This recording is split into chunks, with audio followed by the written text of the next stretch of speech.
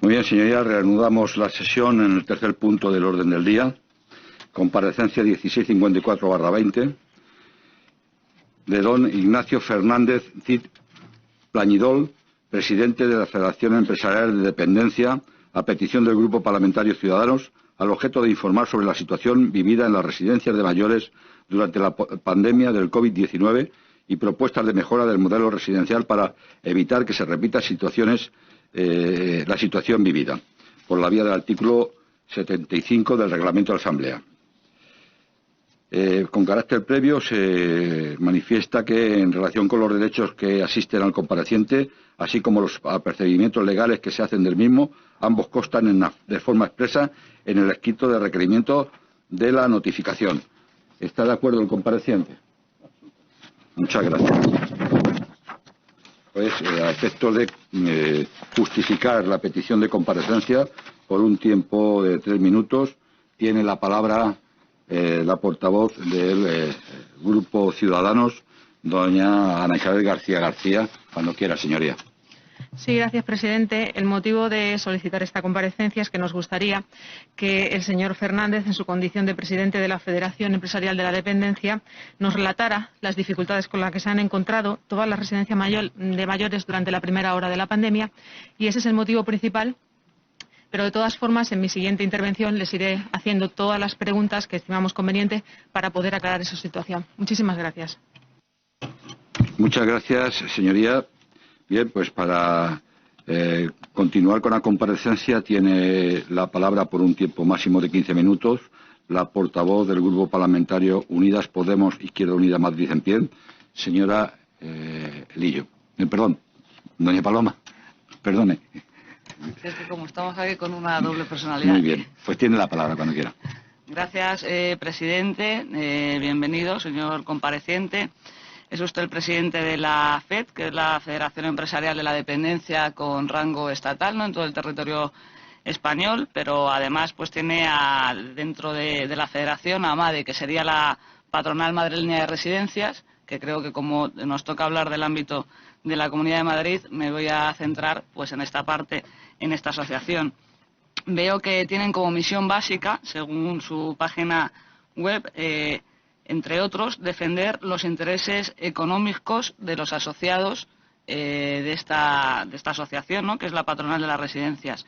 ¿En qué se basa, o sea, cómo defienden ustedes los intereses económicos de las residencias? Buenos días. Para empezar, muchísimas gracias por darme la oportunidad de venir aquí a dar nuestro punto de vista. ¿Cómo defendemos los intereses económicos de los asociados? Los intereses económicos y los no económicos. Los intereses de los asociados, que principalmente son asociaciones que están repartidas por todo el territorio nacional y que representan no solo a residencias, porque lo que representamos es el sector de la dependencia.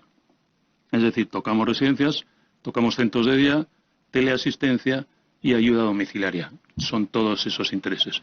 Entonces los defendemos, evidentemente, ante las distintas administraciones con las que nos tenemos que sentar para poder dialogar y llegar a acuerdos, y en general ante la sociedad, los medios de comunicación, etcétera. Sí, lo sé, lo he leído, pero como estamos en la Comisión de Residencias, me quiero centrar en residencias y en las residencias de la Comunidad de Madrid y cómo defienden ustedes los intereses económicos de estas residencias en la Comunidad de Madrid.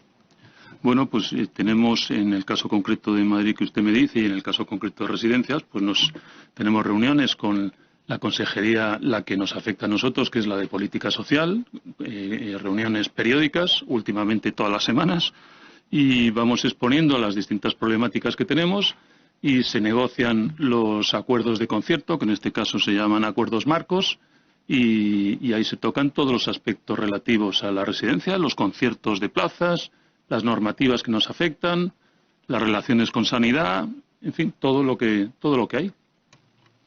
Entre estas residencias están residencias de los grupos tanto Vitalia como Domusvi y como Aralia. Las residencias de esos grupos, por supuesto que están dentro del sector, evidentemente, y están asociadas a las distintas patronales que hay, sí, claro. ¿A qué cree que se debe que, por ejemplo, en Vitalia Leganés, que forma parte de esta asociación, el 34,59% de las personas que residían ahí han fallecido, que haya tenido que ser intervenida por la Comunidad de Madrid, que pidieron los propios responsables de la residencia que entrara la UME en un momento dado y que la Comunidad de Madrid, a través de la presidenta Ayuso, se negó, que finalmente se consiguió que entrara porque el consejero de Políticas Sociales en aquel momento, Alberto Reyero, insistió en que llegaran y tuvieron que sacar a decenas de fallecidos que todavía no habían sido trasladados a ningún sitio. ¿A qué cree que se debe?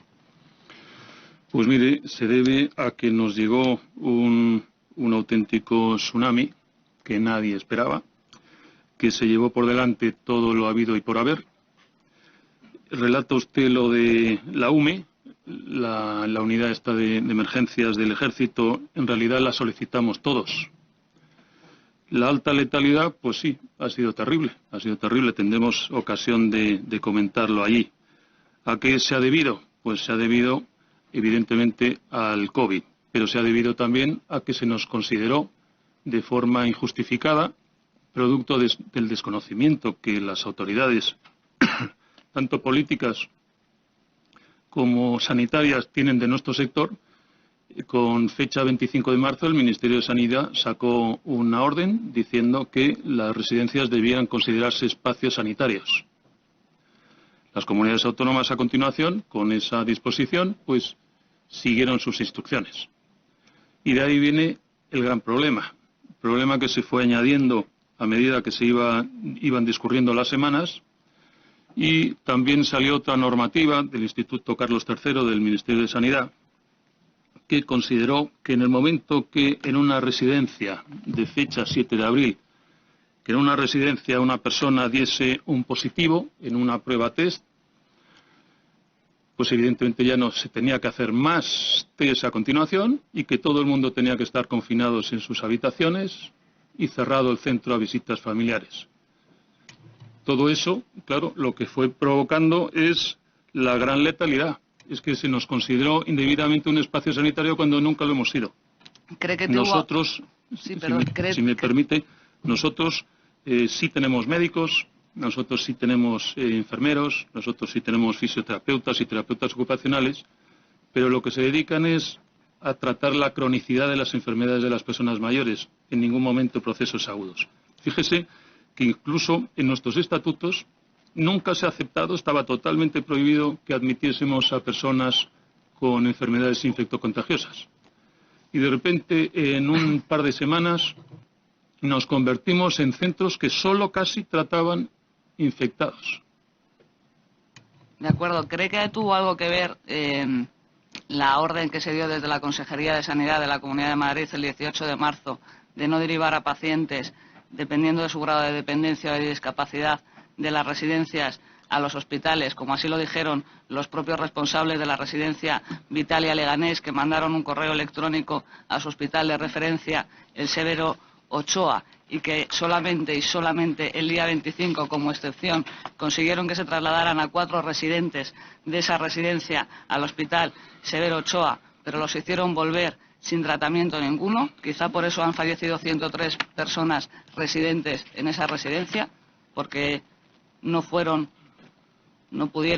ser derivados a un hospital. Cuando hablamos de intereses económicos, tiene algo que ver con que el grupo Vitalia sea una trama societaria que pasa por Holanda, Luxemburgo y Jersey, y que los propietarios, que no sabemos quiénes son, podría ser usted o podría ser yo también, el 80% metieron 165.000 millones de euros en 6 sociedades limitadas creadas en Jersey por el fondo de inversión CVC. ¿Cree que tiene algo que ver que no se derivaban personas a los hospitales y que estos fondos de inversión, que no sabemos a quién pertenecen, trabajen por los intereses económicos de estas macroempresas que están haciendo algo tan importante como cuidar a las personas mayores y en una situación tan importante como la que estaban viviendo?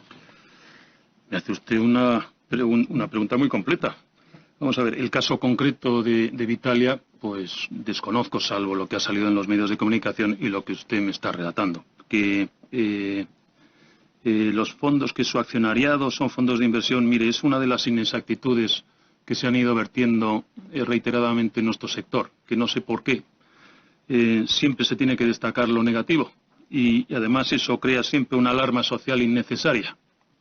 Pero en el caso concreto que usted me comenta, fíjese, a lo largo del Estado español, del país, el 8% de las plazas están en manos de fondos de inversión. El 8%, solo el 8%. Y el 11% en manos de lo que podríamos llamar multinacionales. Pues eso significa que la gran mayoría del sector, si no me salen mal las cuentas, el 81%, está en manos de pequeñas empresas que solo gestionan una única residencia. Esa no era mi pregunta. Mi pregunta es si cree que ha tenido que ver algo la incidencia de mortalidad por los protocolos de la Comunidad de Madrid de no derivar personas a hospitales. Sí. Lo que sucedió el 25 de marzo en esta residencia, donde la dirección de la residencia envía un correo electrónico al Severo Ochoa pidiendo auxilio y que hasta el 25 de marzo no derivan a nadie, ese 25 de marzo derivan a 4 residentes y los devuelven sin tratamiento, y que al finalizar han fallecido 103 personas. Que si cree usted que tiene algo que ver. Si me pregunta, por eso le decía que su pregunta era complicada porque toca usted muchos temas, perdone que soy una persona muy limitada. Pero en concreto, ¿tuvimos problemas de derivación hospitalaria? Sí, hemos tenido problemas de derivación hospitalaria, lo hemos estado diciendo a lo largo de los meses estos en los que hemos tenido ocasión de tener un micro delante y dar nuestra versión. ¿Que las empresas han tenido ánimo de lucro, como dice usted, o deja entrever por encima de la atención? Pues no, en absoluto, en absoluto. Nos dedicamos a lo que nos dedicamos, que por cierto, nos gusta mucho a lo que nos dedicamos, nos sentimos muy orgullosos de cuidar a las personas y creo que además lo hacemos francamente bien, francamente bien. ¿Ha habido una gran alta letalidad? Sí, evidentemente que sí. ¿Ha habido problemas de derivaciones hospitalarias? Sí. ¿Ha habido un colapso del sistema sanitario? Clarísimo, lo ha habido. ¿Y ha habido un colapso del sistema funerario? Clarísimo, también lo ha habido. Y también se nos ha echado la culpa a nosotros, incluso ya ha llegado a decir que no queríamos derivar a personas a hospitales, cosa ya que me parece ya fuera de serie. Yo no he dicho que ustedes no quisieran, yo he dicho que la Comunidad de Madrid dio una orden de que no se hiciera. No, yo no me refiero a usted, yo no me refiero a usted, lo digo en general. Están los protocolos donde se hicieron. Hablan de que, bueno, de que lo importante no es el beneficio económico. Les voy a hablar de otra, del ensanche de Vallecas, que está aquí cerca, de otro grupo empresarial, de Aralia, donde esta empresa sancionó a 2 trabajadoras, en este caso a 2 cocineras, llamadas Sol e Inés, por contar en televisión la mala alimentación que les daba las residencias a los mayores. Fueron sancionadas con 2 meses de empleo y sueldo por decir que con 2 kilos de carne les tenían que dar de comer a 52 personas. ¿Cree que eso es para beneficio económico o porque solamente se dan 2 kilos de carne para 52 personas? Mire, si eso es verdad, es totalmente recriminable y censurable. Ahora bien, lo que estaba comentándole, mire, solo en la Comunidad de Madrid el sector privado atenderá a unas 41.000 personas, solo en residencias. Que se haya dado un caso, 2, 3, 5, 10, no deja de ser la anécdota. Y evidentemente a esas empresas o a esos centros o incluso a esos profesionales que lo hagan mal, pues habrá que sancionarles, evidentemente. Pero eso no significa que sea el grueso del sector en absoluto. Esa es la anécdota y eso es a lo que me estaba refiriendo cuando permanentemente salimos en los medios de comunicación, no por el trabajo bueno que hacemos, que lo hacemos y muy bien, sino siempre por anécdotas. Anécdotas que evidentemente son muy recriminables.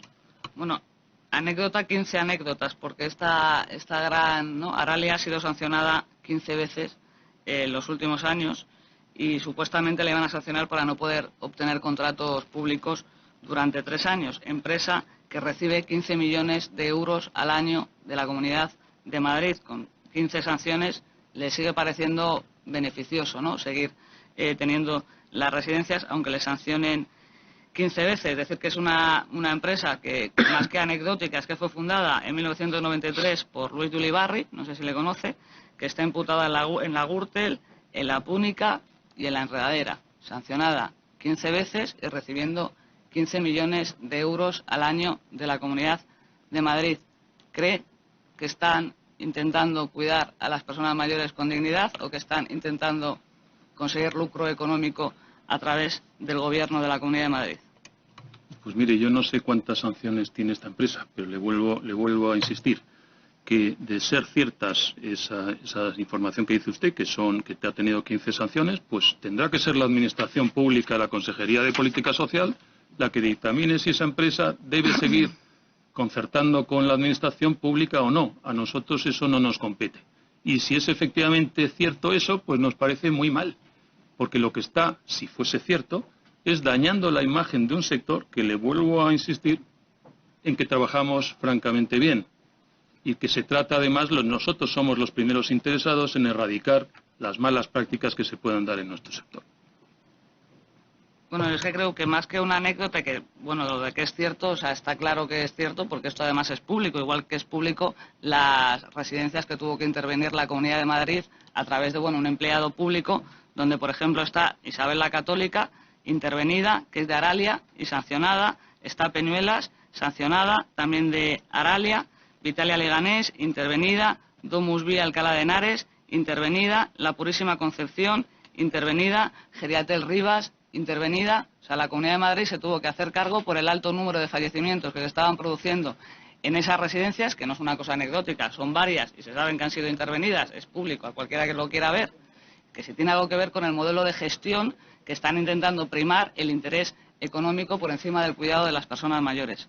Pues mire, me da usted pie a volver a dar un poco de luz y de veracidad a lo sucedido aquí a lo largo de estos meses. Mire, otra de las falsedades que se han dicho es que la epidemia afectó a las residencias privadas. No, lamentablemente afectó tanto a las públicas como a las privadas, porque evidentemente el COVID no distinguía uno u otro. Como también porcentajes donde más fallecidos ha habido es en las concertadas. Claro, porque evidentemente si el sector en Madrid el 22% está en manos del sector público y el 78% en manos del sector privado, pues evidentemente si vamos a las cifras absolutas, me permite, evidentemente habrá más en las residencias privadas. Ahora bien, le vuelvo a insistir, ha habido más incidencia, fíjese, en las públicas que en las privadas.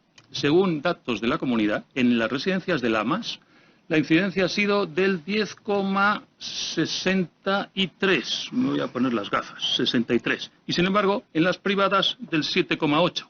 Lo que pasa que, claro, como la base es mucho mayor, pues evidentemente en valores absolutos ha habido mucho más contagio en las privadas que en las públicas. Pero eso no significa... Muchas gracias, señor Fernández. Muchas gracias.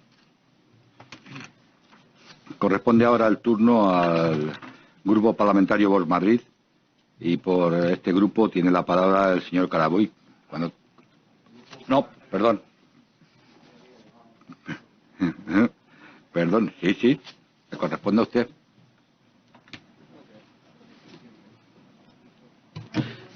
Ya.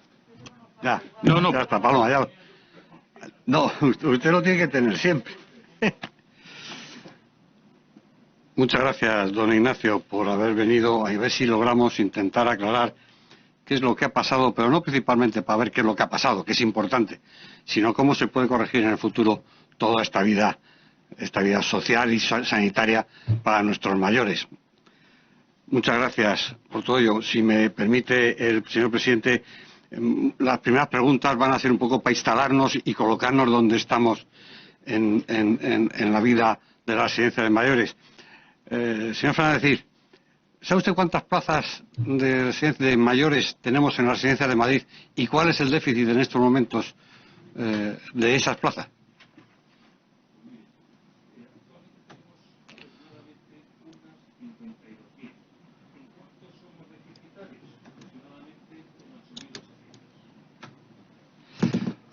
Una pregunta... perdone. Póngase ahora sí. Perdón. Gracias. ¿Vuelvo a empezar? No, está perfecto. Lo otro se ha oído bien. Sí, y estos cálculos que hacemos es siguiendo las recomendaciones de la Organización Mundial de la Salud, que establece que el 5% de las personas mayores de 65 años tienen que tener una plaza residencial a su servicio. Muchísimas gracias. Ahora una pregunta. Como aquí parece que yo llevo varios meses oyéndolo, tanto en este tema como en educación, que parece que los problemas han sido producidos por si eres público no hay y si eres privado sí lo hay. Entonces, ¿usted cree, una pregunta, que la administración pública es capaz de absorber por lo menos la mitad, porque un compareciente anterior ha dicho que por lo menos la mitad, es capaz de absorber la mitad de la administración pública que tenemos? Construcción, personal, dentro de la propia consejería. ¿Usted cree que la Administración Pública madrileña es capaz de asumir esa mitad de necesidades? Gracias. Vamos a ver, para empezar, el sector viene de lo privado, nunca ha sido público, que también ha sido otra de las falsedades que se ha dicho, que si se ha privatizado. No, no se ha privatizado nunca, siempre ha sido privado. ¿Por qué? Porque empezaron con órdenes religiosas y empezaron también con las obras sociales de las cajas de ahorros. Ha pasado los años, llegó el sistema público a atender a los dependientes y evidentemente tuvo entrada más entrada el sector privado, y el sector privado con ánimo de lucro. ¿Podía haber el Estado, la comunidad autónoma en este caso, haber absorbido la cantidad de inversión necesaria para poder desarrollar una red mucho más rápida que nuestros vecinos europeos? Hubiese sido completamente imposible y además hubiese sido innecesario. Fíjese, el coste plaza de una residencia pública al día es de 170 euros. 170 euros. El precio de concierto a las residencias privadas en la Comunidad de Madrid es de media 56, exactamente 56,13. Por tanto, una diferencia de más del 300%. Entonces, ¿sería capaz el sistema público de atender al 100% de las personas mayores a las cuales estamos atendiendo en las residencias? Pues lo podría hacer triplicando el presupuesto, por supuesto. Muchas gracias. Me ha ahorrado además una pregunta de las que ya me ha contestado al decirlo. Y ya para la última pregunta, dentro de lo que, a ver el contexto de dónde estamos, antes he dicho y que veo aquí mucha similitud con la educación. Le he oído yo a usted hablar de libertad de elección de centros públicos y privados, cosa que en la escuela lo digo muchísimo y muchas veces en nuestras comisiones de educación. ¿A qué se refiere cuando habla de libertad de centros? Porque ya la pregunta que no cubre el costo del concierto ya me lo ha dicho, entonces ya no se la hago. ¿A qué llama usted libertad de elección de centros? Sí, creemos que sería dentro de la ley de dependencia se establecieron, que es desde 2006, se establecieron prestaciones y se establecieron servicios. Entonces, nosotros siempre hemos abogado que sería muy conveniente desarrollar la prestación económica vinculada al servicio, que es una ayuda que se le da a una persona que se le ha reconocido una dependencia para que elija el centro donde quiere ir y así no tenga que ser la administración pública la que le diga, pues le ha tocado a usted, viviendo en Villaverde, le ha tocado a usted una residencia en Colmenar Viejo. ¿Y yo qué pinto en Colmenar Viejo? Pues oiga, yo quiero una en Villaverde. Entonces, el sistema prevé que uno renuncie a ese servicio y, por contra, consigue esa prestación y de forma privada se va a ese centro. Y lo paga con ese cheque que le llega de la administración pública, al ciudadano, no a la empresa. Ese es un mecanismo que nosotros siempre hemos considerado que era mucho más justo, porque le da la elección a la persona que decida, a la persona o a la familia que decida dónde quiere ir. Y después, por otro lado, tirando un poco más arriba, también considerábamos que sería muy inconveniente decir, oiga, ¿y por qué el residente no puede elegir, el familiar o el usuario, ¿por qué no puede elegir si quiere ir a una pública o incluso a una privada? ¿Por qué no le damos también esa posibilidad de elegir?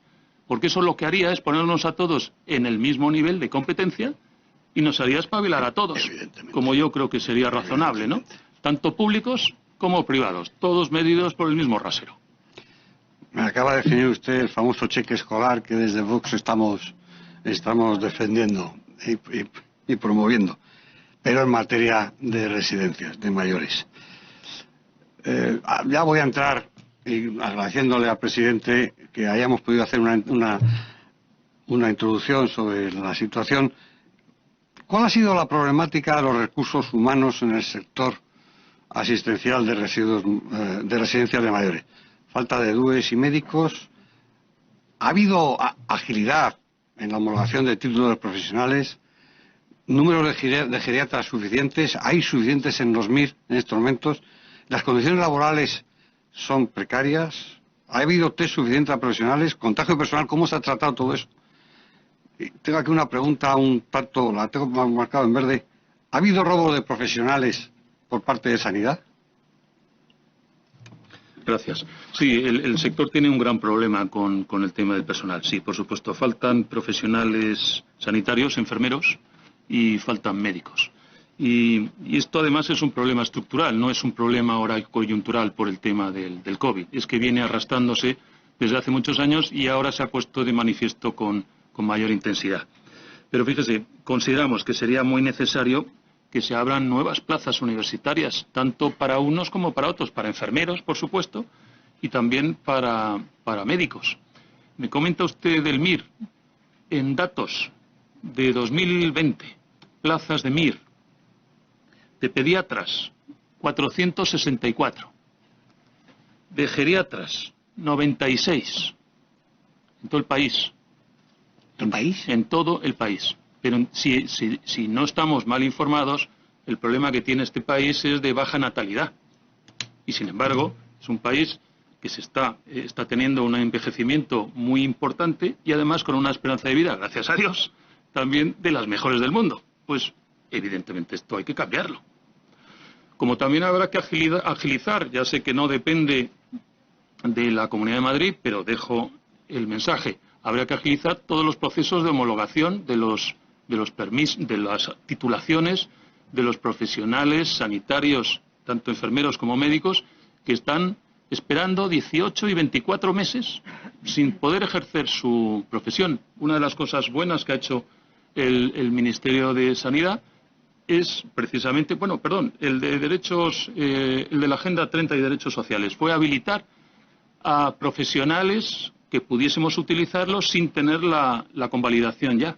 Eso nos vino muy bien, Ahora bien, lo seguimos necesitando y veo que en el plan de choque que han presentado también tienen esa posibilidad. Lo aplaudimos.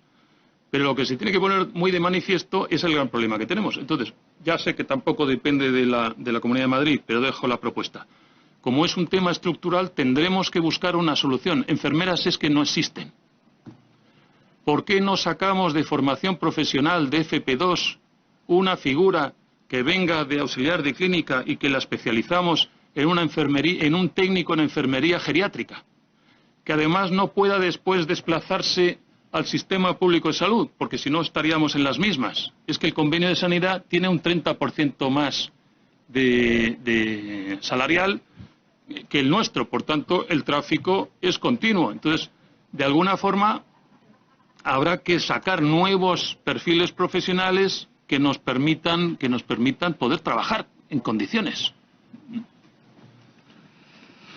Muchas gracias. Estamos muy atrás de todo lo necesario. La verdad es que sí, nos falta, estamos muy necesitados. En el mes de marzo hacía usted unas declaraciones sobre lo que estaban obligados a convertirse, que le estaban obligando a convertirse en centros medicalizados. ¿Siguen ustedes en la misma situación? ¿Qué entiende usted por medicalización? Aquí se ha hablado, aquí hubo una PNL incluso sobre se entiende que sobre ese tema. ¿Cuál es el papel de los centros de atención primaria? ¿Cuál debe ser la figura del geriatra de enlace? ¿Qué comunicación tienen entre servicios sociales y sanitarios? Muchas gracias. Mire, otro de los graves problemas que sufrimos es que de la noche a la mañana nos cambiaron de interlocutores y pasamos a depender de un área que era sanidad, que nos desconocía totalmente. Entonces, medicalizar la residencia se ha dicho mucho, ¿no?, como una gran solución. Siempre se aportaba, medicalicemos las residencias. Nos encantaría saber exactamente qué se entiende por medicalizar una residencia, que por cierto, nadie lo ha definido todavía. Si se entiende que por medicalizar una residencia es que vengan de atención primaria con asiduidad médicos a atender a las personas, por cierto, que tienen todo el derecho del mundo, puesto que son los receptores de esa asistencia sanitaria y médica, exactamente igual que si viviesen en su casa, pero sin embargo la práctica diaria no es así. Si están en su casa le van a atender a su casa, si están en la residencia no vienen. Por tanto, ese sistema habrá que cambiarlo. Fíjese, imagínese usted que cuando una persona llega, un nuevo residente llega a un centro, le hacemos el desplazamiento de cartilla. Entonces se le da de alta en el nuevo centro de atención primaria donde está la residencia, donde está ubicada la residencia. Y se le asigna a un médico que nunca conocerá en condiciones normales a ese residente. No lo conocerá nunca, porque nunca irá a verle. Pero, sin embargo, es la persona que firma las recetas médicas de la medicación que está tomando. Firmará también todos los partes y los volantes para citas de diagnóstico en hospitales, para citas a especialistas, para traslados varios, para pruebas de diagnóstico, para analíticas, pero no lo va a conocer nunca. No me diga que no es anómalo. ¿Por qué no le damos la posibilidad a los médicos de las residencias que tengan un sello y que puedan firmar todos esos actos administrativos? Aligeraríamos una barbaridad a los centros de atención primaria, que nos estamos dando cuenta ahora, digo, la gran opinión pública, de los saturadísimos que están. Pero, hombre, pues déjenos a nosotros colaborar también un poco. Y además, todas esas recetas, por si alguien está pendiente o preocupado, ¿por qué vamos a hacer con esos medicamentos? Todas esas recetas van a ir firmadas por un facultativo, igual de facultativo, por cierto, que el de atención primaria. Y llevará nombre y apellido sin número de colegiado. Por tanto, está tremendamente fiscalizado, ¿no? ¿Por qué no lo hacemos? Nos preguntamos, ¿por qué no lo hacemos? ¿Por qué a las personas mayores se les da 4 pañales? A los incontinentes, 3 de día y 1 de noche. Y si eres un gran incontinente, ¿qué? Pues el sistema nos obliga a dar a más personas de alta como incontinentes cuando no todos lo son en la misma proporción. Es que nadie se puede quedar sin pañales. ¿Cómo es posible que tengamos un sistema que las farmacias nos tienen que anticipar una medicación? Porque el mayor, claro, el médico ha prescrito, nuestro médico ha prescrito que esa medicación se la tome ya, empiece a tomarla por la noche. Pero si esperamos a que nos firme las recetas el médico de atención primaria que no conoce a ese residente, que será dentro de unas cuantas semanas, ¿cómo lo hacemos? La farmacia, de forma legal, nos da una medicación, no lo deberá hacer, pero el sistema está mal. Pero hay que hacerlo, porque a esa persona necesita ese medicamento. Pues otro ámbito de mejora que tendríamos clarísimo, ¿no? Muchas gracias, don Ignacio. Nos ha aclarado muchas cosas y la lástima es el poco tiempo que tenemos. Yo le comunico que aquí las comparecencias no son acumulativas, con lo cual usted ha venido hoy solicitado por el Grupo Ciudadanos y seguramente nosotros volveremos a pedir su comparecencia. Pero quiero terminar, por el poco tiempo que nos hemos dado, con 2 preguntas.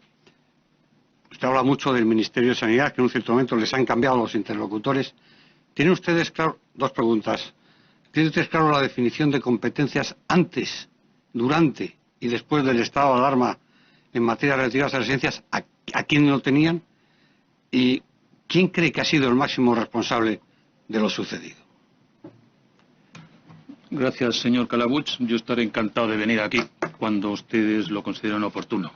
Las competencias, evidentemente, son de las comunidades autónomas, pero en el estado de alarma, pues evidentemente hay un mando único. Pero después, al cabo de unas semanas, se vuelve a revertir a las comunidades autónomas. Por eso nosotros... Muchas gracias. Hemos terminado el tiempo. Seguimos con otra comparación. A continuación, tiene la palabra... por el Grupo Parlamentario Más Madrid, don Diego Figueroa Álvarez.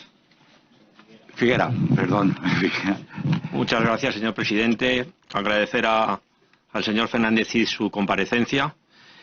Voy a intentar ir haciéndole preguntas y le ruego brevedad para poder, a ver si puedo decir todas las preguntas que me parecen importantes, porque su comparecencia me parece fundamental en esta comisión.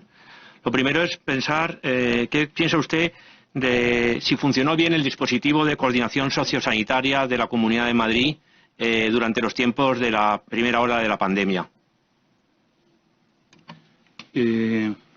Muchas gracias. El dispositivo de coordinación sociosanitaria, ¿se puede usted explicar un poquito mejor? El Gobierno de la Comunidad de Madrid, en la Consejería de Sanidad, tenía una Dirección General de Coordinación Sociosanitaria. Estaba a su cargo el doctor Carlos Mur, que fue el que firmó los protocolos de la asistencia a la COVID en las residencias y las derivaciones a los hospitales, que sabe usted que fue cesado.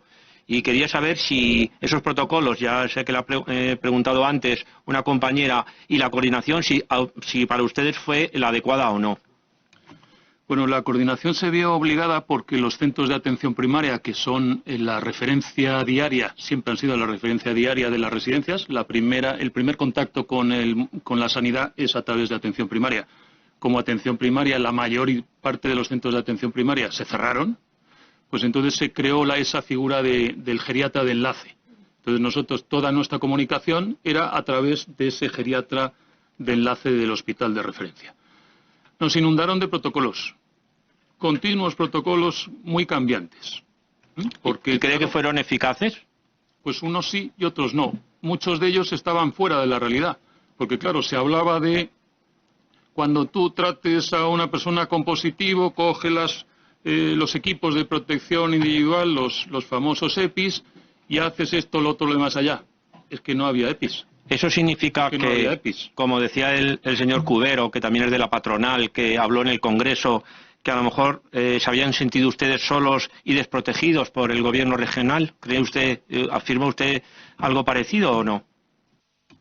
Sí, lo hemos estado diciendo desde mediados de marzo, desde el 20 y tantos de marzo, cada vez que hemos comparecido ante los medios de comunicación, sí, hemos dado ese mensaje, porque consideramos que ha sido real, y que además deberían prestarnos mucha más atención, puesto que estábamos tratando con las personas más vulnerables, más frágiles y con mayor posibilidad de tener un desenlace fatal, como lamentablemente después sí ocurrió. ¿Cree que eso tuvo que ver con el índice tan alto de fallecidos en sus residencias de Madrid? Claro, pero es en Madrid y en toda España. Pero vamos a ver, si a nosotros... Sí, pero yo le estaba preguntando en Madrid. Sí, yo le respondo. Yo no le voy a rehuir ninguna pregunta. Muy bien, muchas gracias. Vamos a ver, si de repente de la noche a la mañana consideran que nosotros estamos capacitados para atender la agudeza de una pandemia tan tremenda, pues no lo estábamos. ¿Nosotros teníamos respiradores? Pues no los teníamos, evidentemente. Evidentemente. Con lo que entonces, por eso estaba diciendo en mi inicio de intervención, que uno de los principales problemas fue el desconocimiento enorme que por parte de las autoridades, principalmente las sanitarias, tenían de nuestro sector.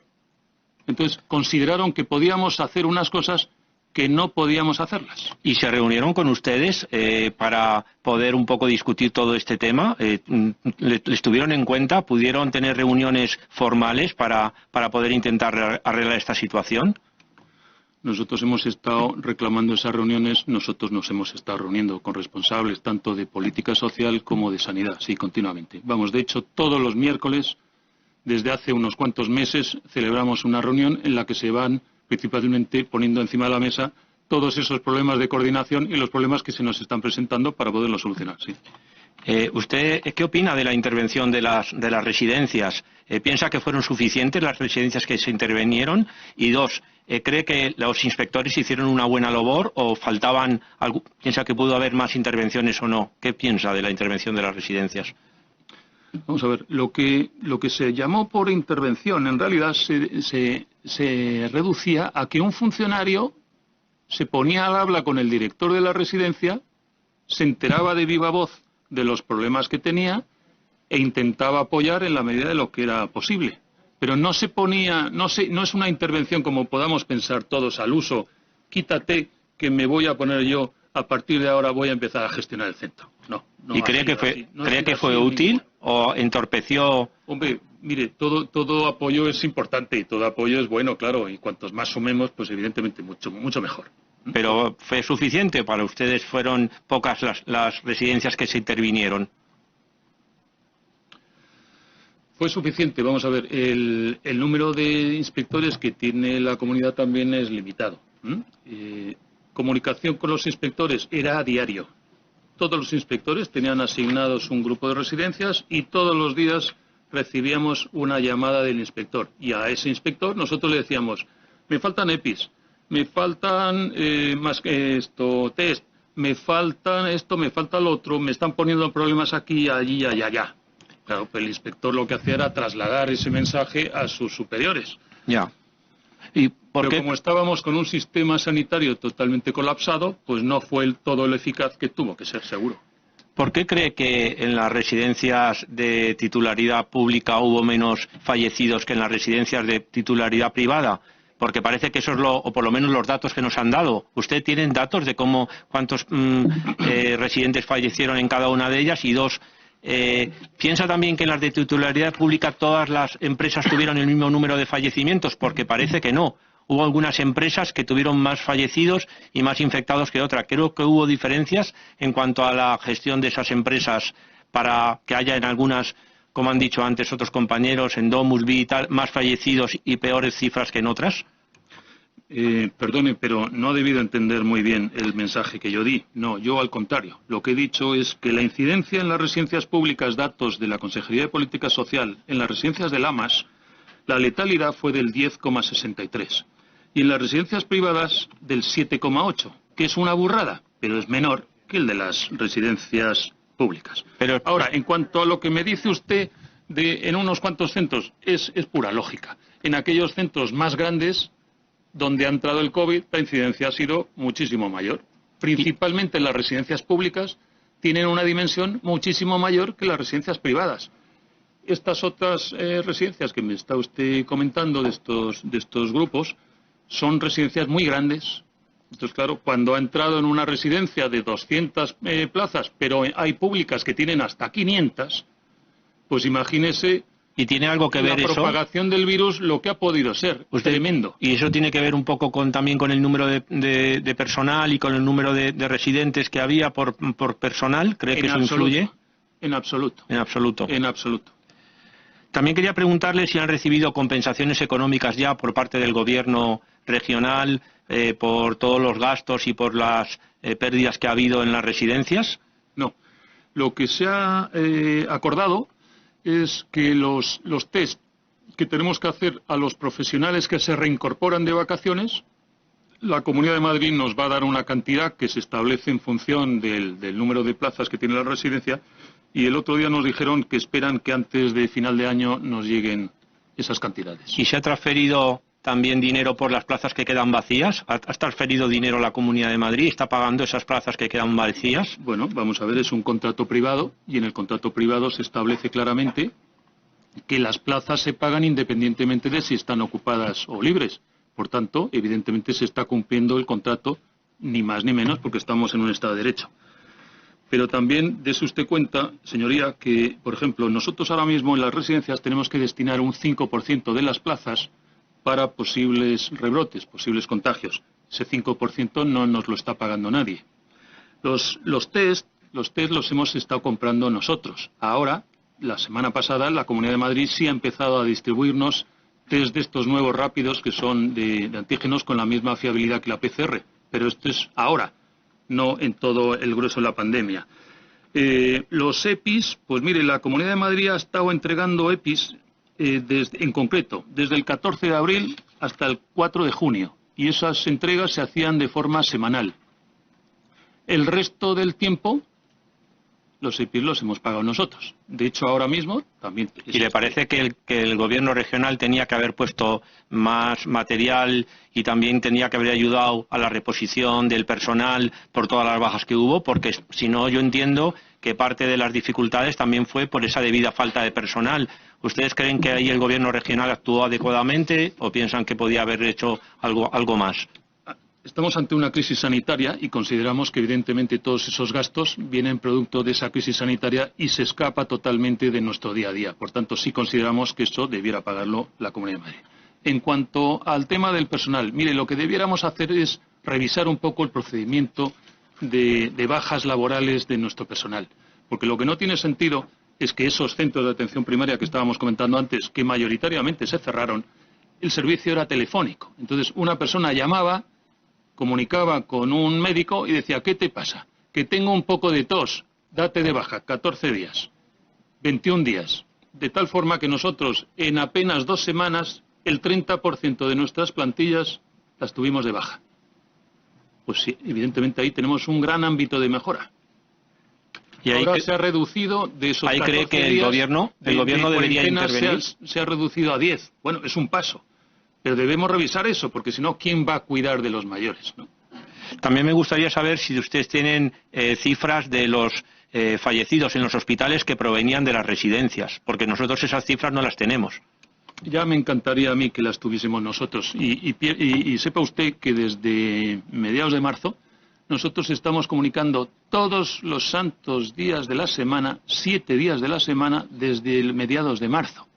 Así que fíjese si nosotros tendríamos autoridad moral para tener esos... ¿Y por qué cree que no se tienen esas cifras? Pero si no se tienen en ningún lado. Si no se tienen tampoco desde el Ministerio de Sanidad. Y eso que nosotros pasamos la información a la Consejería de Sanidad todos los días, como le digo, y las consejerías de Sanidad martes y viernes al Ministerio de Sanidad. Pero no lo hemos conseguido. Y fíjese, la información que nos dieron en julio, en agosto, creo recordar, era que una comunidad autónoma no había dado nunca los datos. Y otras 2 solo lo habían dado en una ocasión.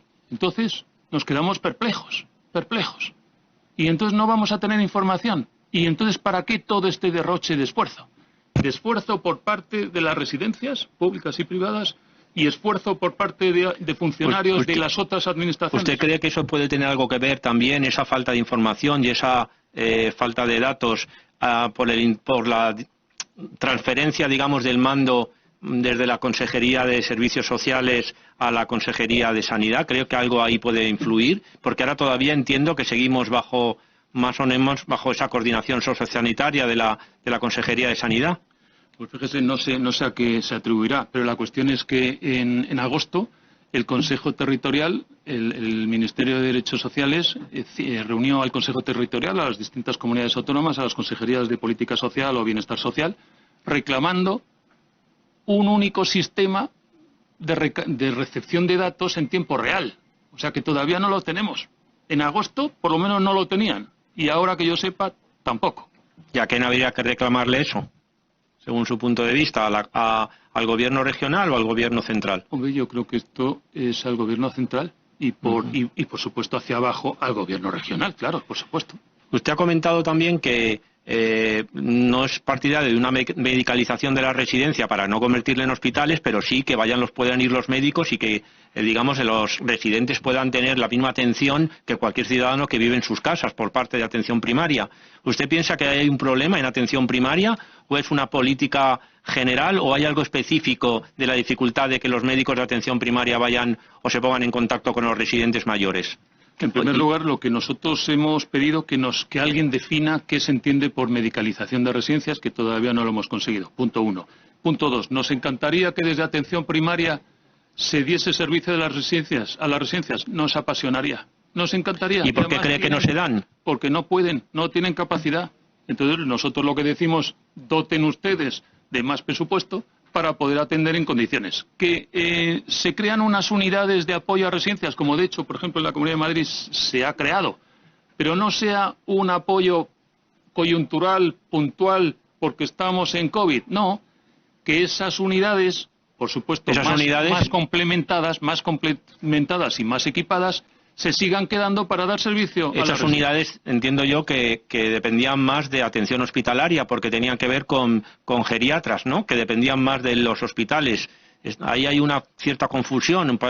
¿Qué piensa usted? Porque... No, yo creo que no. Esto serían médicos de familia, no vale. Tiene por qué ser de hospitales. No geriatras de los hospitales. Es un médico que va a ir dando juego en función de las necesidades de la persona que está viendo, ni más ni menos.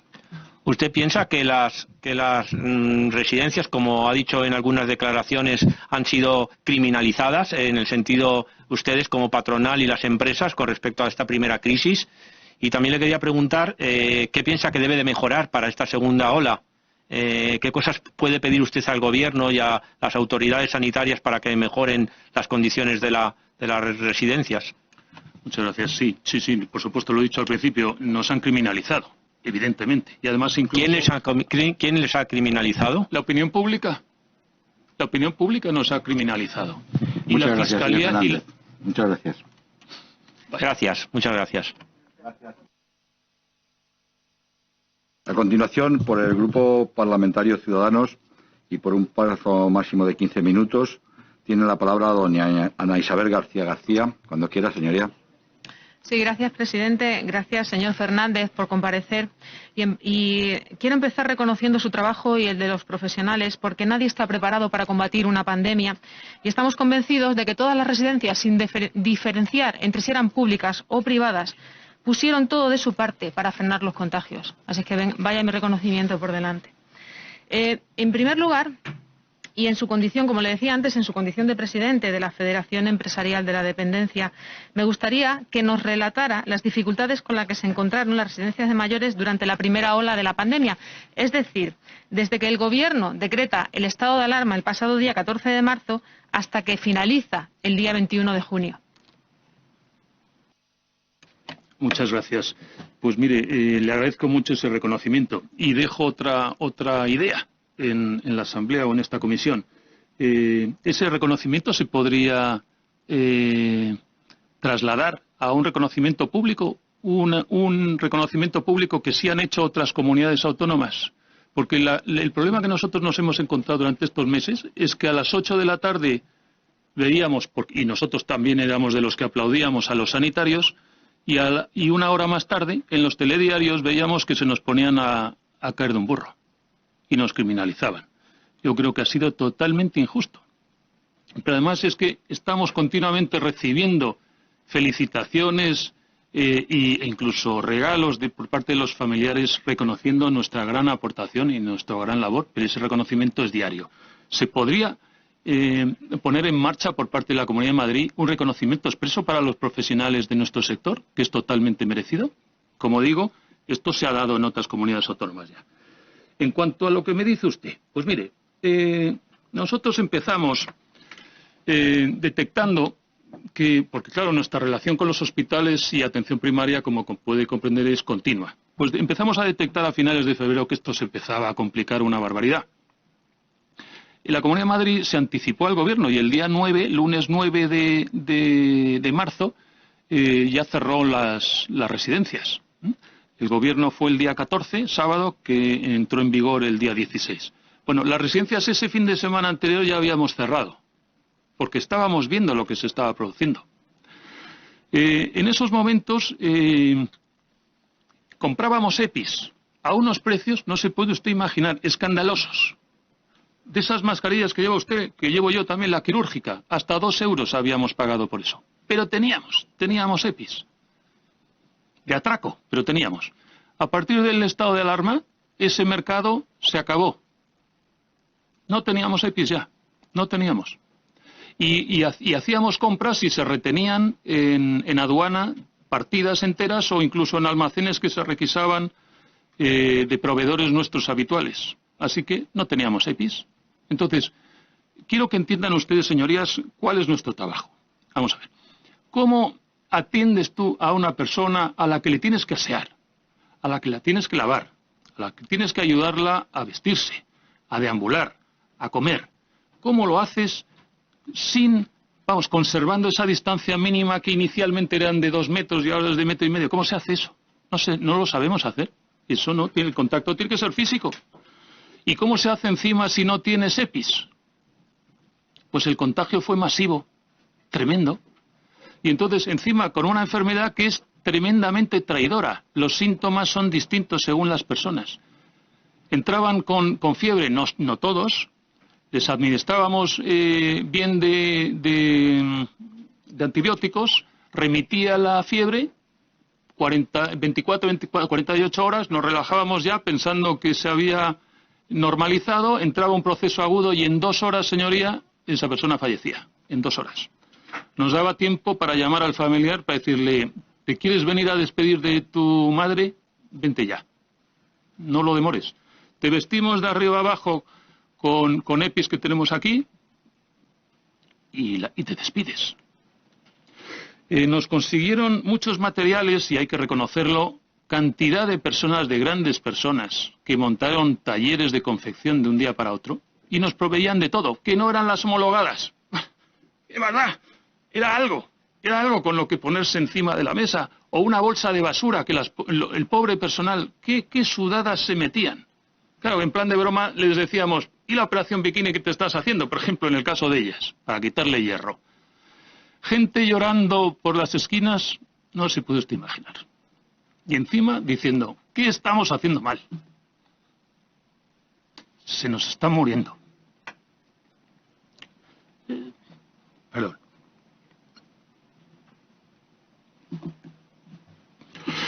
Esa era nuestra realidad. Totalmente desbordados. Y después, a las 9, nos culpaban en el telediario. Eso ha sido. Perdón, ¿eh?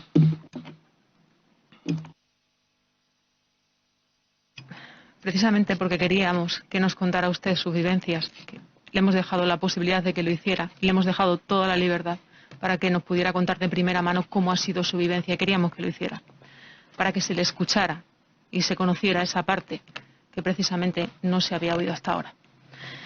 Mire, durante la pandemia mantenía usted un contacto fluido con la Consejería de Políticas Sociales. No todo lo que nos hubiese gustado, pero sí teníamos contacto, sí. ¿Le informaba la Consejería de Políticas Sociales acerca de las medidas que estaba tomando para evitar los contagios por coronavirus en las residencias? Perdone, no lo entiendo. ¿Las que estábamos tomando nosotros o las que estaban tomando la Consejería? Las que estaban tomando ellos y las propuestas para que tomaran ustedes en las residencias. Vamos a ver, nos inundaban, como decía antes, nos inundaban de protocolos continuamente. Y además protocolos que eran muy cambiantes porque la realidad era tremendamente cambiante. Cada 24 horas no tenía nada que ver. Es que los médicos iban en prueba-error. Iban poniendo determinados fármacos, funcionaba, no funcionaba, cambiaban nuevas instrucciones. Ese era nuestro día a día. Una auténtica locura. Pero además, la Consejería de Política Social, igual que cualquier Consejería de Política Social de cualquier comunidad autónoma, dependía evidentemente de sanidad. Le iba a preguntar si actualmente sigue en contacto la Consejería con las patronales para controlar la situación de los mayores en las residencias, pero ya me ha dicho que tienen una reunión semanal, ¿verdad? Me ha dicho que los miércoles, ¿no es así? Todos los miércoles. Incluso también está el director general de Coordinación Sociosanitaria, el doctor Javier Peromingo, sí. Y con él nos reunimos también todos los miércoles, sí. Por cierto, claro, ha cambiado drásticamente, por supuesto. La situación que tenemos no tiene absolutamente nada que ver con lo que teníamos en los meses atrás. Precisamente le voy a preguntar por ello. Actualmente, ¿cómo está la situación de nuestros mayores en las residencias? ¿Podríamos definirlo como calma tensa? Estamos asustaditos todos. Situación de prevención continuamente. Pero claro, ya no tiene nada que ver, es que nuestros médicos ya sí saben algo más de este virus y nuestros enfermeros también. Nuestro personal ya sabe el manejo de los EPIs, que es que claro, como no teníamos enfermedades infectocontagiosas en las residencias, no sabíamos manejar eso. Que por cierto, también se ha dicho de estas cosas que curiosas, que nuestro personal no tenía formación de eso. Pues yo me acuerdo, el 19 de junio, el último dato oficial que salió de sanitarios, que 53.000 sanitarios ya se habían contagiado, por tanto los sanitarios, según la misma dialéctica, pues los sanitarios tampoco tenían formación. ¿Qué cosas? Entonces, retomo, todas las residencias tienen planes de contingencia. Por tanto, ya sabemos, están perfectamente definidas las zonas rojas, las zonas amarillas y las zonas verdes. Tanto a residentes como al personal se le toma la temperatura 2 veces al día y estamos con 100.000 ojos detrás de todos ellos.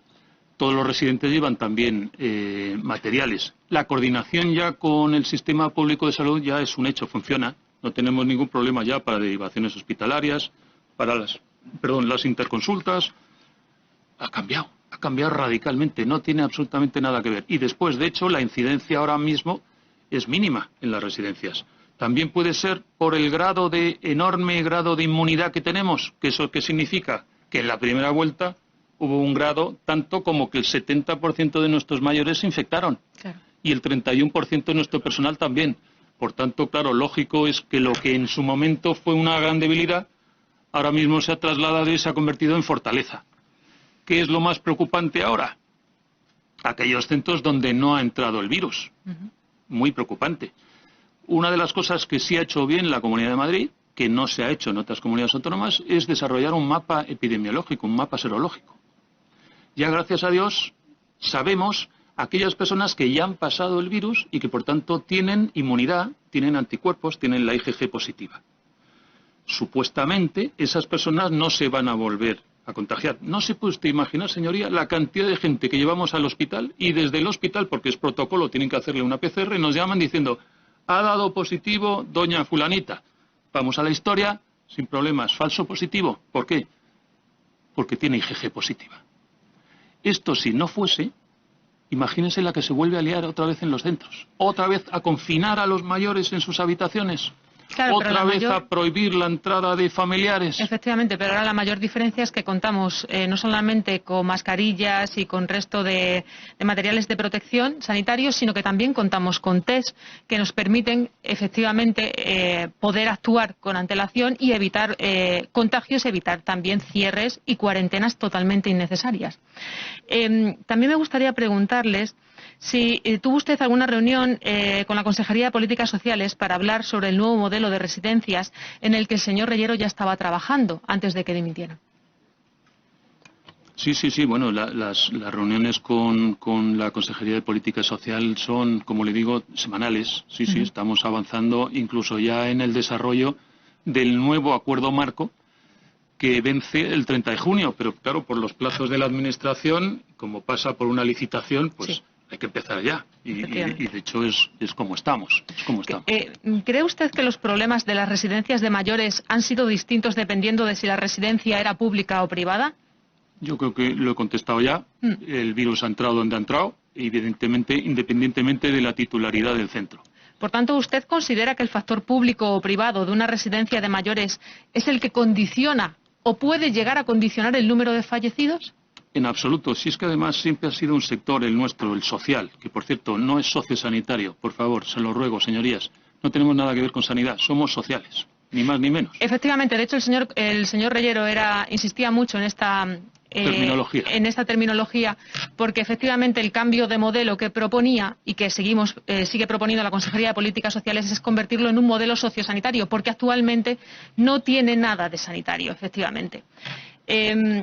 ¿Conoce usted algún estudio o dato que demuestre que han fallecido más personas en las residencias privadas como consecuencia del COVID-19 que en las públicas?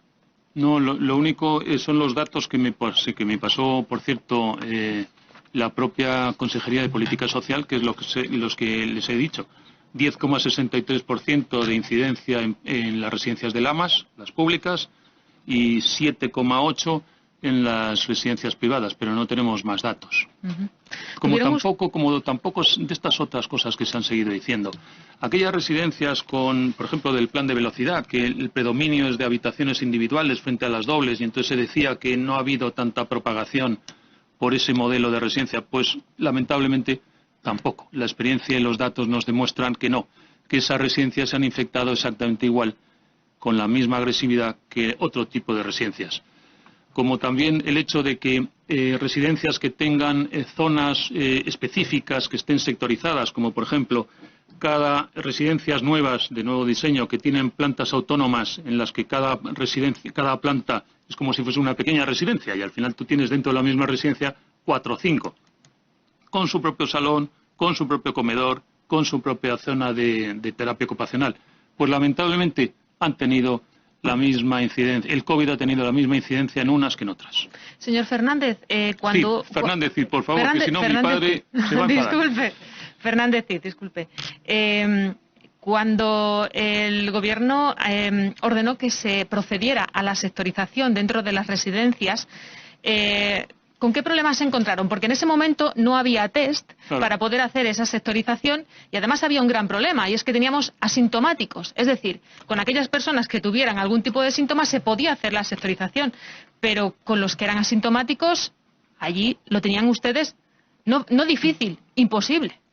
Claro, por eso decía yo que lo podíamos hacer en base a la clínica, a la revisión clínica de las personas, pero con una enfermedad tan traidora, que da síntomas tan distintos o incluso que no da síntomas. Los asintomáticos teníamos que decir, bueno, pues tú al área tal, tú al área cual. Pues claro, se debieron cometer errores a manta. Lamentablemente a manta, porque no teníamos los test en base a qué lo hacíamos. Contaron ustedes además con refuerzo, con personal de refuerzo que contrató la Consejería de Políticas Sociales, ¿no es así? Que yo sea consciente, no. ¿No contaron ustedes con 145 trabajadores dentro de las residencias para apoyarles, para cubrir las bajas y tener un mayor refuerzo? Pero fíjese, estamos hablando de magnitudes. Sí. 41.000 plazas tiene el sector privado. Hacemos una Lo siento, rápida... señor Fernández, sí, hemos terminado. Siempre le Gracias. toca a usted. Sí, pues me toca a mí, efectivamente.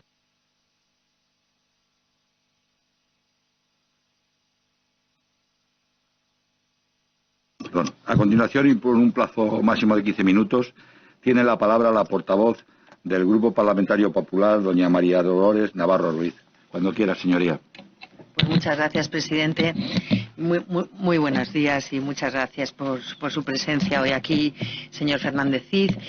Tiene nuestro reconocimiento público, tiene el reconocimiento público del Grupo Parlamentario Popular, tiene el reconocimiento a su trabajo, tiene el reconocimiento a todos y cada una de las personas que trabajan en las residencias de mayores y también de discapacidad, tiene el reconocimiento y tiene nuestro agradecimiento, y nunca se lo podremos agradecer suficientemente el tiempo, el espacio, el amor con el que ustedes han estado con nuestras personas más queridas, porque son los nuestros, los que ustedes cuidan, y porque no por ausencia de verlo en los medios de comunicación ha sido menos doloroso.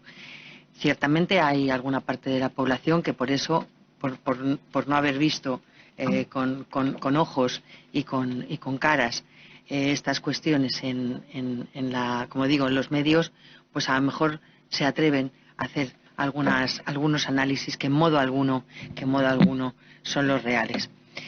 Desde la atalaya en la que usted desarrolla el ámbito de su federación, que es un ámbito estatal, creo que nos puede dar alguna visión, quizá, de un surco más amplio que el meramente de Madrid, porque a veces las cosas también conviene ponerlas en cuestión, en relación. Cuando se decreta el estado de alarma en España, el número de infectados diarios ya superaba los 8.000 afectados. Que el retraso del gobierno en el inicio, más luego todo el tema que después vendría del mando de compra única, que era una medida muy positiva, porque efectivamente si todas las comunidades y todo el mundo se ponía a comprar de manera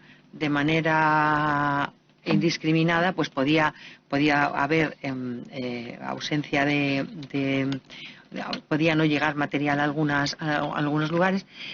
¿Ustedes tenían mascarillas, tenían EPIs, tenían guantes? ¿Pudieron comprarlos tranquilamente en el mercado en aquel momento?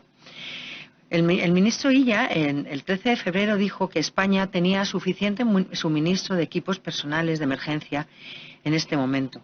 El 24 de febrero insistía, ni las mascarillas ni ningún producto sanitario va a faltar allí donde sean necesarios. Esa centralización que insisto, el gobierno intentó con el mando único, cierto, sin experiencia, pero cierto también, no era una buena idea, al final lo que convirtió fue en una ratonera a las comunidades. Me gustaría que nos contara cómo les afectó. Me gustaría también que con el aprendizaje de esta primera ola y con el aprendizaje de lo que se vivió en ese momento en esta materia, saber qué es lo que ustedes ahora tienen en stock, como se dice, y cómo afecta también al resto de comunidades. ¿En qué medida qué medidas debería implementar el Gobierno de España? Puesto que según el informe que nos ha pasado, que ha realizado una consultora a su entidad, medidas y retos, perdónenme un momento, retos y oportunidades de las residencias para la tercera edad, hemos sido uno de los países más castigados por el COVID, con 60 fallecidos cada 100.000 habitantes, solo por detrás de Bélgica y el Reino Unido.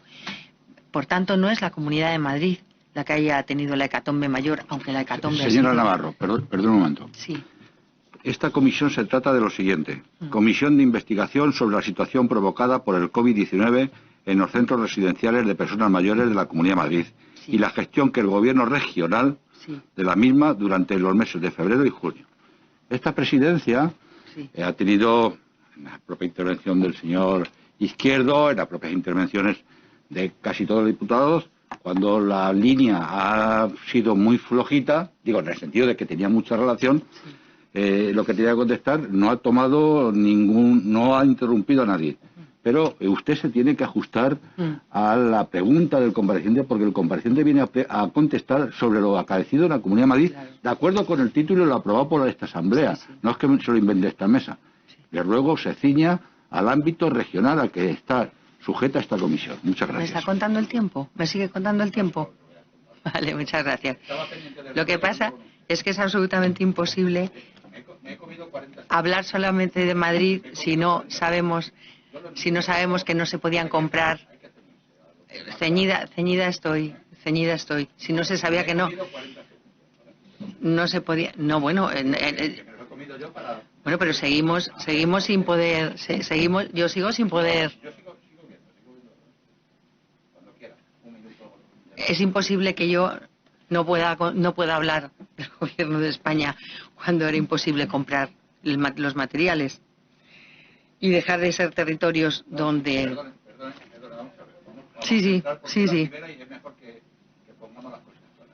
Yo no le he cortado porque ha dicho usted que si el gobierno de España fiscalizaba las compras, sí, que afectaba a las comunidades. Ahora, usted está pidiendo opinión. No. Usted ha pedido opinión. No. Sobre cómo ha gestionado el gobierno de España. No le estoy... No. Mire, yo le estoy pidiendo... Vamos, es que como hay un error en mi explicación, que lo he debido hacer muy mal, no. Yo quiero... Claro, por supuesto, o sea, que... No. Yo lo que quiero es que, como él tiene la atalaya de España, claro que quiero saber Madrid en relación con el resto de España cómo está, Madrid en relación con el resto de Europa, con los países de nuestro entorno cómo está. ¿Cómo no lo voy a querer? Por supuesto, y eso claro que afecta a la gestión de Madrid. Pero si no he terminado. Pero bueno, es que usted, ¿verdad? Me ha malinterpretado muchísimo, de verdad. Pues es que no sabía qué decirle, porque ya me he quedado cortada. Bien, pues queremos conocer cómo es esa relación de afectación y también de fallecimientos de Madrid con el resto de España, porque nos parece que es muy importante poner en el contexto adecuado cómo ha sido esto. Queremos saber si el resto de comunidades tuvieron este problema o esto solamente ocurrió en Madrid, porque Madrid tiene unos problemas especiales y específicos que no han ocurrido en el resto de España. Y como también nos consta por el informe que ustedes han sacado, pues cómo también esto ha ocurrido en Europa y en qué medida. Pese a todo, el 94% de los residentes ha conseguido sobrevivir a una enfermedad con una mortalidad del 20% entre mayores de 80 años. Enhorabuena también, don Ignacio, porque esto también nos parece muy, muy importante. Si quiere, respóndame a esto y continuamos un poco más, porque quiero que usted conteste y no le cortemos. Sí, muchas gracias. Vamos a ver, EPIs, sí, lo he relatado ya. Nosotros teníamos la posibilidad de comprar EPIs a unos precios absurdos a medida que empezaba a escasear y cuando se produjo el mando único nos quedamos sin EPIs. El mercado se quedó seco, pero se quedó seco en todo el país, no solo en Madrid. Grado de afectación, pues lamentablemente ya lo sabemos, la Comunidad de Madrid ha tenido una incidencia de COVID mucho mayor. ¿Por qué? Pues por la densidad de población que tenemos aquí en esta gran ciudad. También ha sido Cataluña, también otra gran ciudad, la segunda gran ciudad del país. Otras dos comunidades autónomas muy afectadas, pues las dos Castillas, Castilla-León y Castilla-La Mancha. ¿Por qué? Igual por proximidad a Madrid, pues es posible. Pero también ha habido otras comunidades autónomas con una gran incidencia, como por ejemplo La Rioja, que es mucho más pequeña. Pero claro, como eran muchos menos casos en valores absolutos, pues no salía tanto a los medios de comunicación. Pero claramente la comunidad autónoma que más ha sufrido la incidencia del COVID claramente ha sido la Comunidad de Madrid, evidentemente. Comentaba usted también nueva regulación, decía. Sí. Vamos a ver, si nosotros lo que pediríamos es que si es posible, que las nuevas regulaciones que se vayan a hacer, que no se hagan nunca en caliente, porque claro, son malas consejeras. No vamos a vivir siempre en pandemia. Tardará más o menos, pero llegará un momento que la ciencia sea capaz de descubrir el antídoto, la vacuna, la medicación, lo que sea, que nos libre de este virus. y lo que tendremos es que ir hacia un modelo que dé servicio a lo que la gente quiere. ¿Cuál es el modelo? Pues mire, es que debe ser un modelo muy diverso, porque las personas somos muy diversas. Entonces, las residencias no tienen por qué ser todas pequeñas o todas grandes. No, es que eso debe elegirlo. Hay personas que prefieren una residencia de barrio, que está al ladito de su casa, y es un modelo de residencia pequeña. ¿Esa no es válida? Claro que es válida. Igual que también es válida otra residencia que esté a las afueras y que tenga, por la condición, posibilidad de un centro más equipado, mejor distribuido, un centro nuevo. Es que depende. Ahora bien, lo que sí consideramos es que, por favor, somos centros sociales, no somos centros sociales sociosanitarios. Eso no es verdad. Yo no sé quién se ha inventado esa terminología. No lo somos. Somos centros sociales. Entonces, ¿que nos gustaría que nos atienda más el sistema público de salud? Estaríamos encantados de que fuese así. ¿Que lo hagamos desde el ámbito privado? ¿Nos lo podemos permitir? Pregunto yo. Porque claro, más del 50% de las plazas residenciales en la Comunidad de Madrid son puramente privadas. Y las pagan las personas mayores y sus familias. Y entonces, si subimos los ratios de personal, que por cierto, estamos encantados de que se suban, y si subimos los salarios a nuestros profesionales, que también estamos encantados de que se pueda hacer, eso va a subir nuestros costes. ¿Y quién va a pagar esas facturas de las residencias? ¿Lo van a poder pagar esas personas? ¿Lo va a poder pagar la administración? Es lo único que decimos. Oiga, cuidado a ver cómo definimos, cuidado cómo definimos y hacia dónde vamos. Debiéramos, ya que estamos hablando de normativas, ¿por qué no nos abrimos a dar más servicios a personas que no son, su problema no es la dependencia, su problema es la soledad y requieren nuevos servicios? Pues cuando se habla el vicepresidente de un modelo nórdico, entiendo yo que se estará refiriendo a complejos de apartamentos con servicios que dan servicio a esas personas que son independientes porque tienen el coche abajo en el garaje. Tienen unos servicios comunes que si quieren utilizan o si quieren no, pero ese servicio es mucho más fácil, es mucho más cercano. Pero aquí en este país, no solo la Comunidad de Madrid, no se da. Y no se da porque las administraciones públicas no quieren darlo. Y no entendemos por qué. ¿Porque tienen miedo a las inmobiliarias? Pues que se regule convenientemente. Pero es un servicio estupendo al que nos apuntaríamos seguro la mayoría cuando seamos mayores. Bueno, pues poder ir a uno de estos complejos y no estar solos, ¿no? Habrá que prospeccionar esas vías también, ¿no? Seguro, sería deseable, sí. No puedo dejar de preguntarle, señor Fernández Cid, por las derivaciones. ¿Tienen una valoración total del número de personas que no fueron derivados a hospitales? Y, en su contrario, ¿cuántas personas han sido derivadas de residencias a hospitales? Esos datos no los tenemos. Nos encantaría tenerlos. No los tenemos. Pero sí tuvimos problemas de derivaciones hospitalarias. Sí los tuvimos. Y de hecho tenemos un dato clarísimo, que es, vamos a ver, si partimos de la base de que las residencias son las casas de los mayores, las personas no suelen morir en las residencias, en las casas. La gente cuando está mal, pues se va al hospital para que le atiendan. Pues lamentablemente la gran mortalidad las hemos tenido en las residencias. Y eso confirma el hecho de que no lo hemos tenido tan fácil para hacer derivaciones hospitalarias. Si no, evidentemente lo hubiésemos hecho. Nosotros tratamos cronicidad, no agudeza de la enfermedad. ¿Cómo valora la puesta en marcha del plan de choque en las residencias de la Comunidad de Madrid? ¿El plan de choque? El plan de choque que se pone en marcha el 24 de marzo con el mando único, justicia sanitario y con la coordinación de las políticas sociales. ¿Mejoró esa coordinación? ¿Ustedes se sintieron o había bajado algo también ya a la curva? ¿Se sintieron mejor atendidos? ¿Pudieron tener mejor interlocución? Sí, lo relataba cuando me he emocionado y pido perdón nuevamente.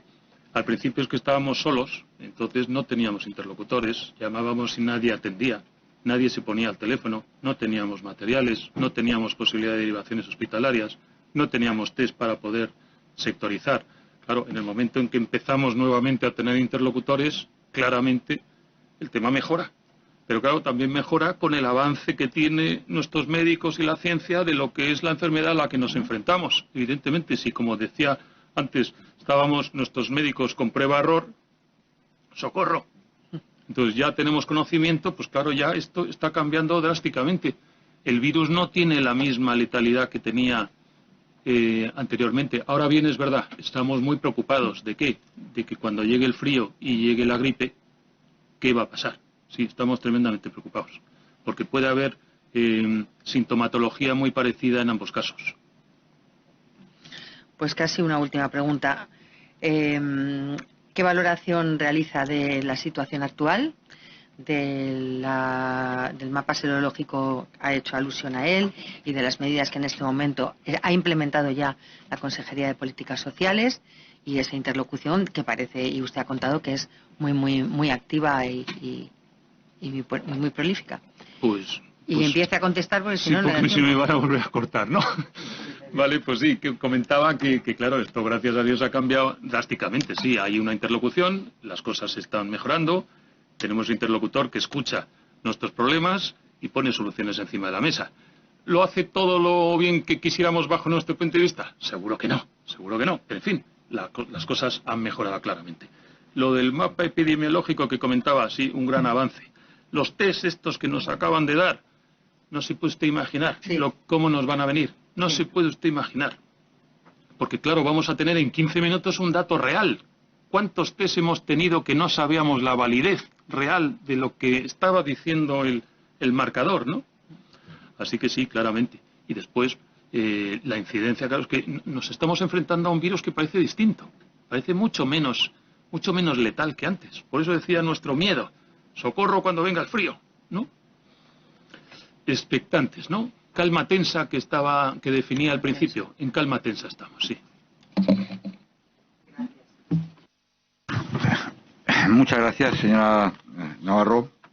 A continuación, y por tiempo máximo de 15 minutos, tiene la palabra la portavoz del Grupo Parlamentario Socialista, señora Causapié.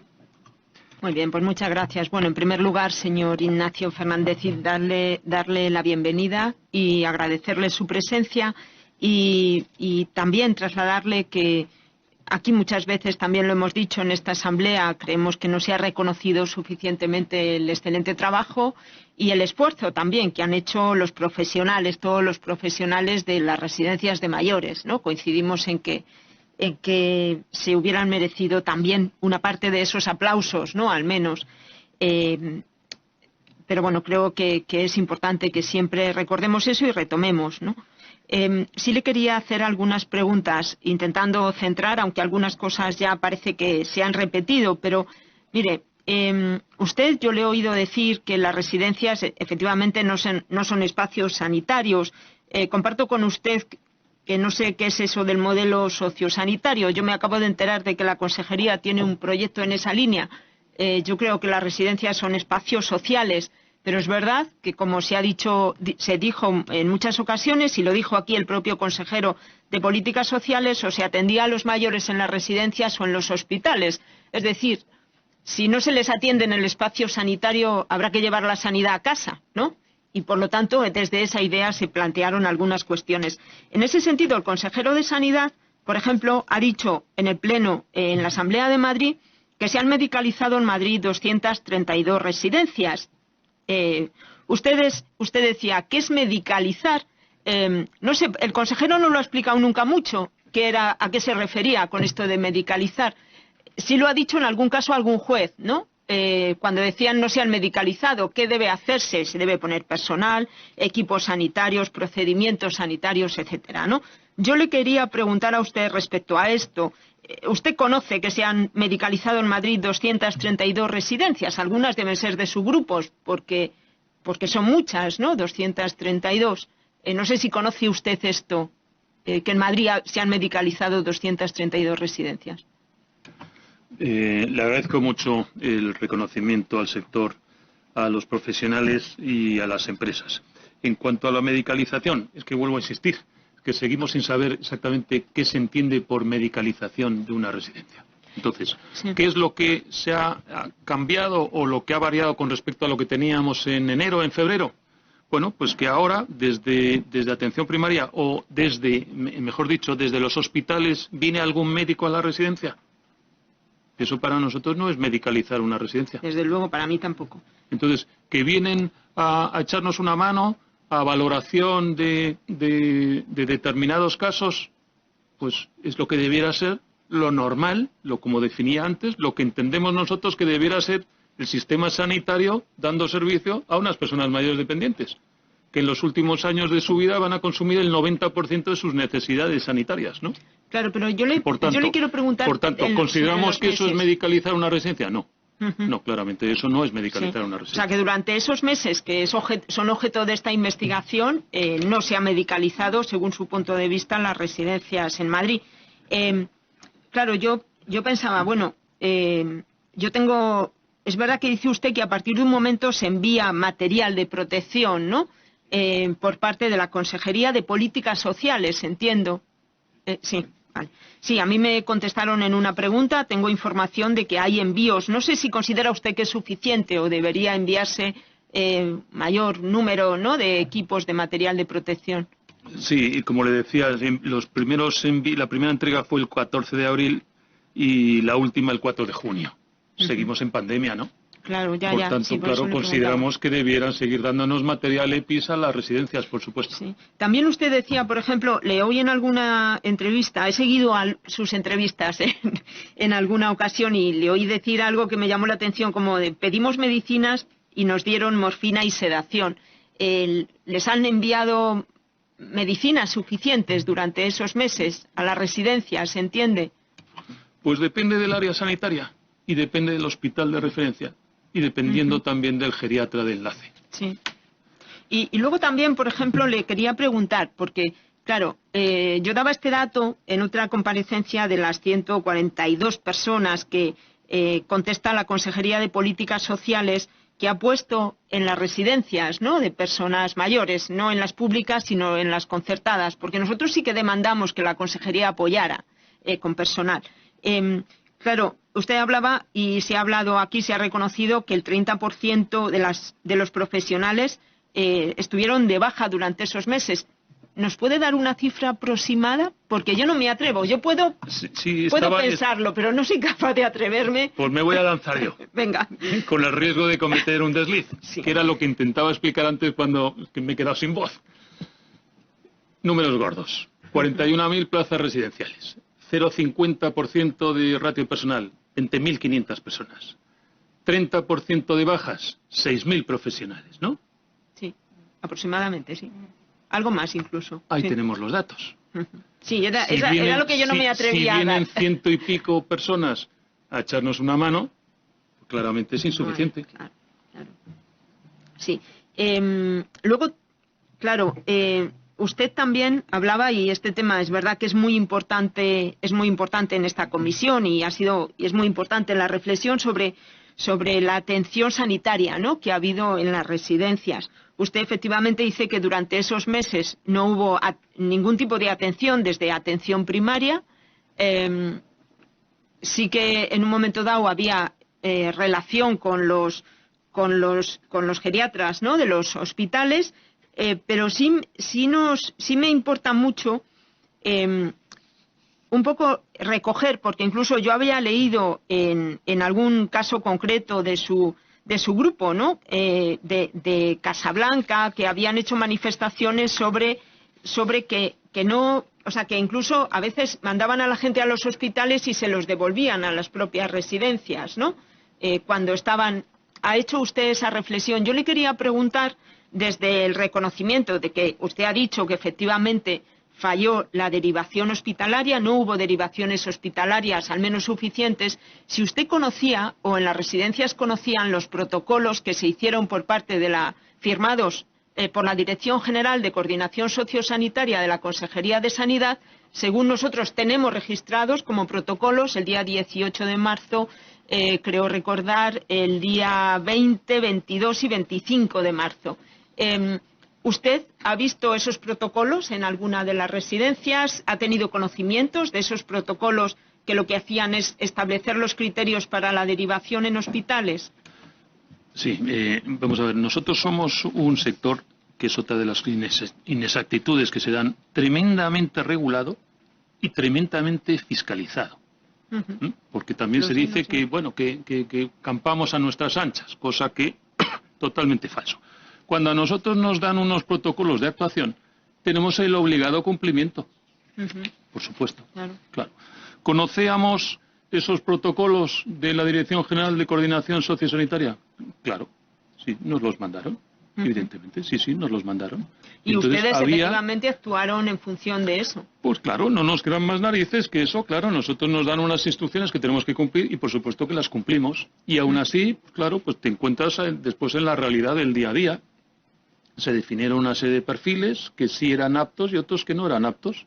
Y entonces nuestra relación, en vez de ser con atención primaria, como comentaba antes en el inicio, pasa a ser a través de un geriatra de enlace, que es el profesional que decide si procede o no procede al ingreso hospitalario. Pero también se nos dio caso que aun siendo validado el ingreso por ese geriatra de referencia, cuando tú llamabas al servicio al 061 al 112 para la ambulancia, igual el de la ambulancia te decía que no. Pero ¿cómo es esto? ¿Y usted quién es para decidir si sí o si no? Pero no te la mandaban. Claro, nos quejábamos, evidentemente.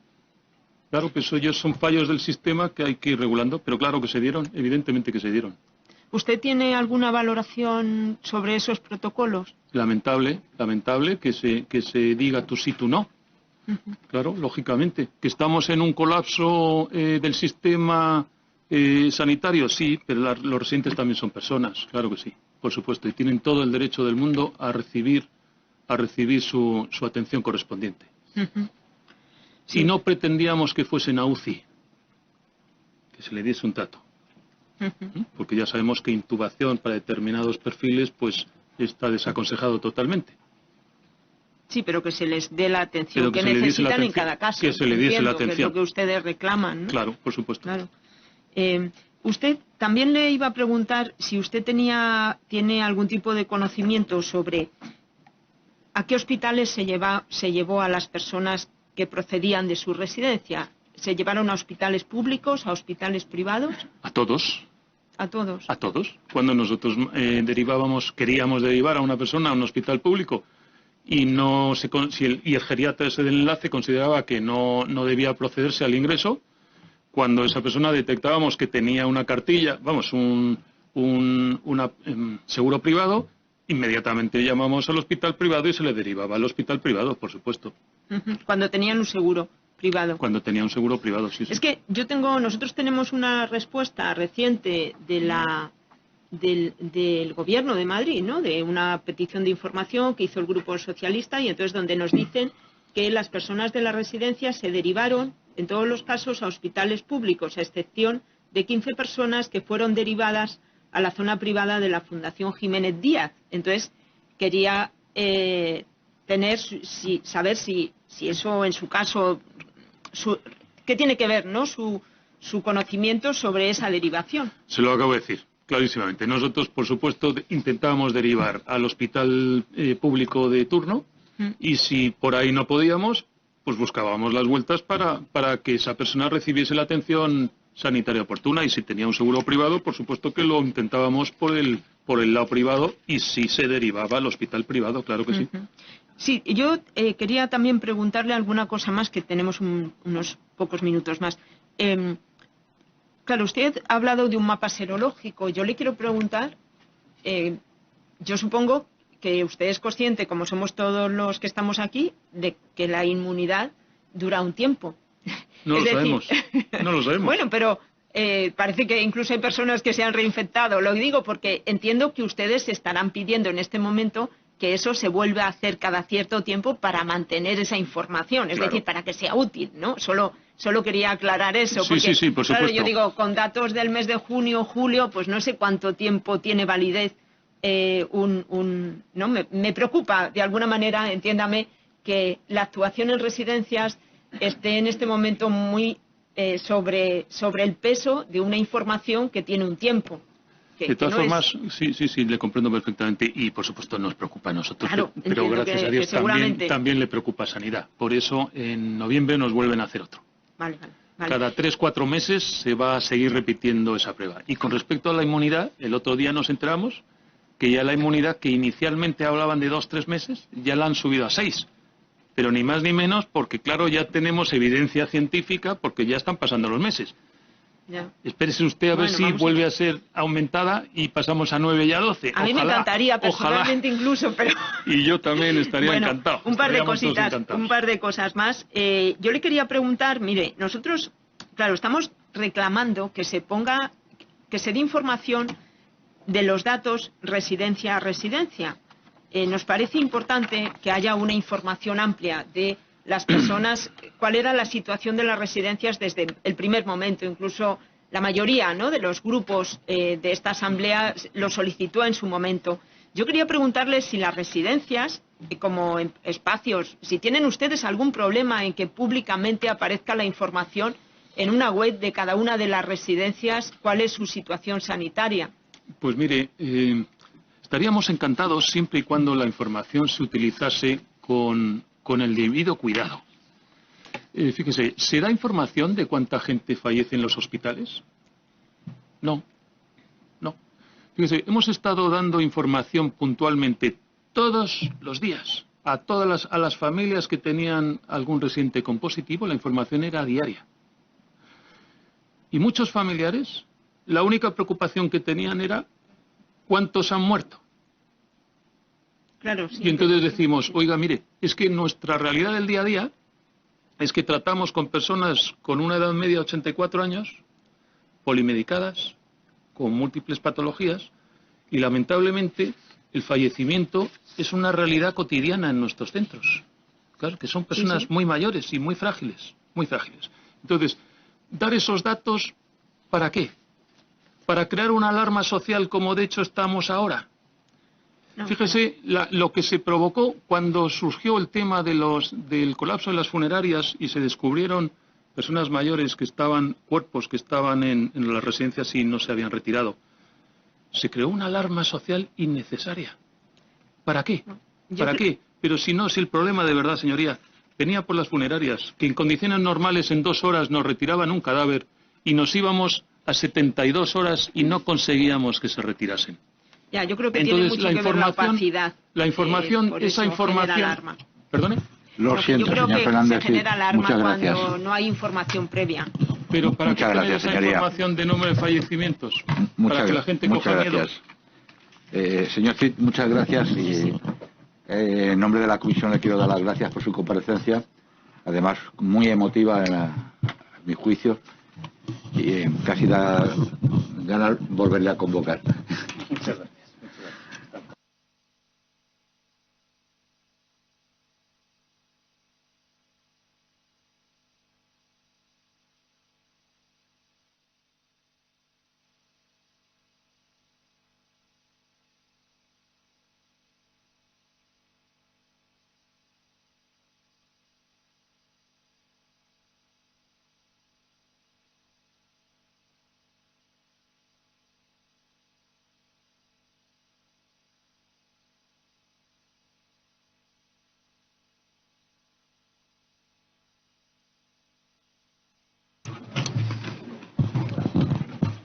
Cada uno en su sitio.